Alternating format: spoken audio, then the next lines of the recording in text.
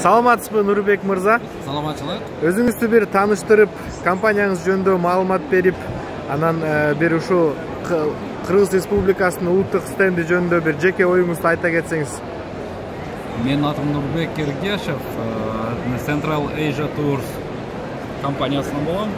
Биздин компания 15 жылдан бери Кыргызстанга туристтерди алып келип, Кыргызстанда өзүнүн кызматтарын көрсөтүп келебиз.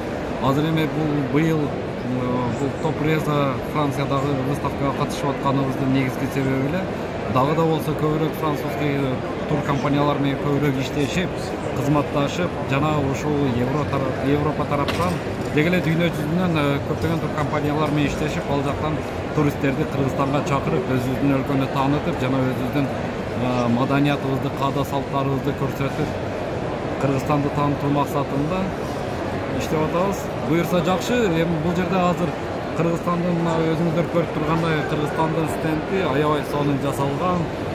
Келген бул коноктор дагы суктанып, жакшы ойлорун айтып кетип атышат. Биз аябай курсанбыз. Чоң рахмат. Чоң рахмат Нурбек мырза. Чоң рахмат. Ишиңиздерге ийгилик.